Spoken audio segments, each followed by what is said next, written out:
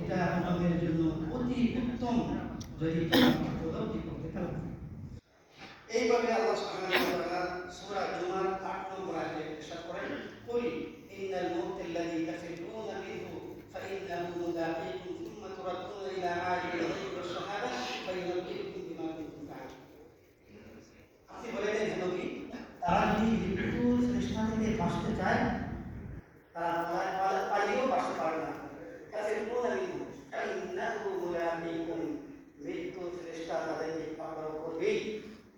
তারপরে বলছেন যে মুলাকিকুম সুম্মা তুরাদ্দুনা ইলা আলিমিল গায়বি ওয়াশ শাহাদা, এরপরে তাদের রবের কাছে যিনি আলিমুল গায়বি ওয়াশ শাহাদা, গায়ব অদৃশ্য এবং জাগতিক সব কিছু যিনি জ্ঞান রাখেন, তার কাছে তোমাদেরকে আবার ফিরে যাওয়া। এইভাবে আল্লাহ সুবহানাহু ওয়া তাআলা সূরা মুনাফিকুনের মধ্যে আল্লাহ বলছেন, আয়াত নম্বর হচ্ছে 9, ইয়া আইয়ুহাল্লাযীনা আমানু লা তুলহিকুম আমওয়ালুকুম ওয়ালা আওলাদুকুম আন যিকরিল্লাহ।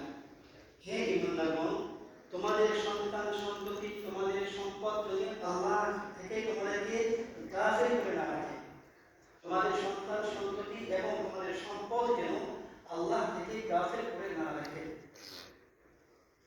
এটা কি সতর্কবাণী আল্লাহর পক্ষ থেকে। এরপরে আল্লাহ সুবহানাহু ওয়া তাআলা সূরা তাহরীমে যে ইয়া আইয়ুহাল্লাযীনা আমানু তাকুল্লাহ, হে ঈমানদারগণ তোমরা আল্লাহকে ভয় করো, ও আনফুসাকুম ওয়া আহলিকুম নার, এবং তুমি এবং তোমার পরিবারকে দোজখের আগুন থেকে রক্ষা করো।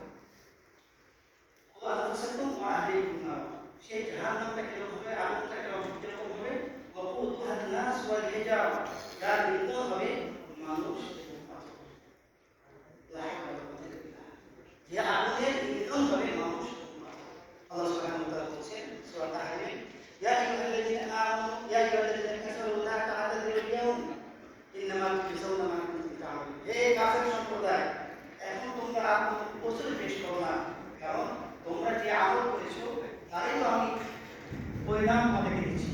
আমি তো তোমাদের প্রতি জুলুম করছিলাম, তোমরা যেটা পৃথিবীতে জুলুম করেছিলে আমি সেটাই প্রতিদান দিচ্ছি।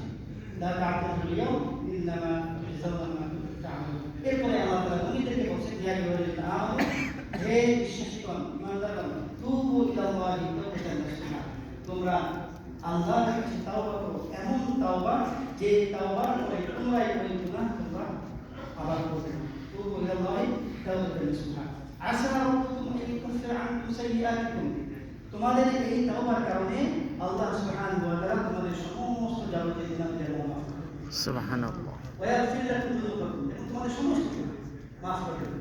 আসা রাব্বুকুম আন ইউকাফিরা আনকুম সাইয়্যাতিকুম ওয়া ইউদখিলকুম জান্নাতিন তাজরি মিন তাহতিহা আল-আনহার, এবং এমন জান্নাতে তোমাদেরকে প্রবেশ করাবে যে জান্নাতের পাদদেশে প্রবাহিত হবে নদী। এবং ইয়াওমা লা ইয়াখজিল্লাহু নাবিয়্যা ওয়াল্লাযীনা আমানু মা'আহু, এবং সেদিন লাঞ্ছিত করা হবে না নবীদেরকে এবং নবীদের উত্তরসূরিরা যারা নবীর উপর ঈমান এনেছে তাদেরকে লাঞ্ছিত করা হবে না। এবং সেই দায়িত্বের ফজল সেই সফলতা মহা সফল আল্লাহ সুবহানাহু ওয়া তাআলার কাছে আমরা দরবারে দোয়া করি। আল্লাহ তাআলা যেন সেই মহা সাফল্যের আমরা যেন অংশীদার হতে পারি, আমরা যেন জান্নাতের অধিকারী হতে পারি, সেই তৌফিক আল্লাহর কাছে কামনা করি।